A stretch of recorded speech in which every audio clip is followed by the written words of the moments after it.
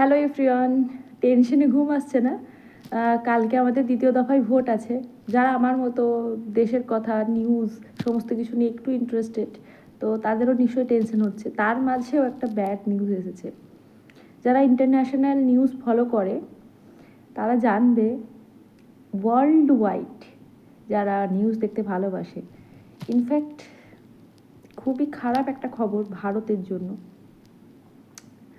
আমেরিকার agency CIA এবং Pakistani agency ISI দুজনের মধ্যে যে ইন্টেল শেয়ার হয় সেটা তো আমরা সকলেই জানি।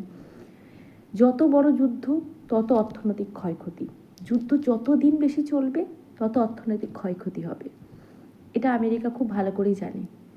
তাই ইউক্রেনের মতো একটা ছোট দেশকে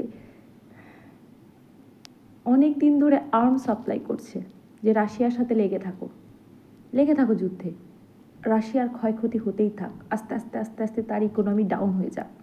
উনি পাকিস্তানকে তৈরি করছে, ইন্ডিয়ার সাথে লেগে থাকো। পাকিস্তান কিন্তু অপারেশন সিন্দুরের টাইমে ইন্ডিয়ার সাথে টিকে থাকতে পারেনি।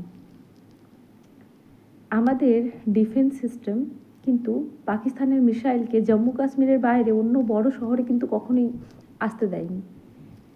কিন্তু এবার সিআইএ আর আইএসআই দুজনে এটাকে একদম ওপেনলি অ্যাকসেপ্ট করেছে। তারা তাদের মধ্যে একটা ইন্টেল সেন্টার বানাবে যেখানে তারা ইন্টেল এক্সচেঞ্জ করবে।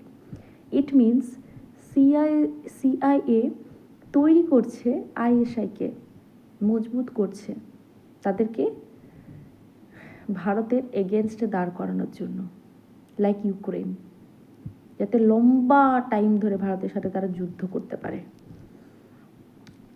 সো পাকিস্তানের বিদেশমন্ত্রী কিছুদিন আগেই বলছিল আমাদের মিসাইল কিন্তু এবার কলকাতাও হিট করতে পারে। কাশ্মীর ছেড়ে কলকাতা কেন বলছে সেটা আপনারা অনেকেই বুঝতে পেরেছেন।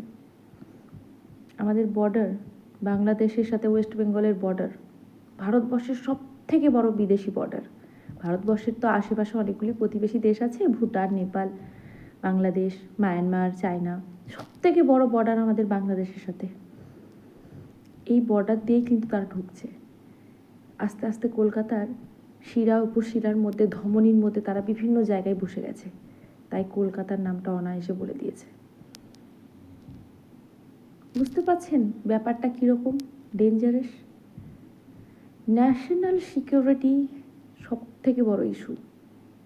ভালো করে ভোট দেবেন বুদ্ধি রেখে। জয় হিন্দ, জয় ভারত।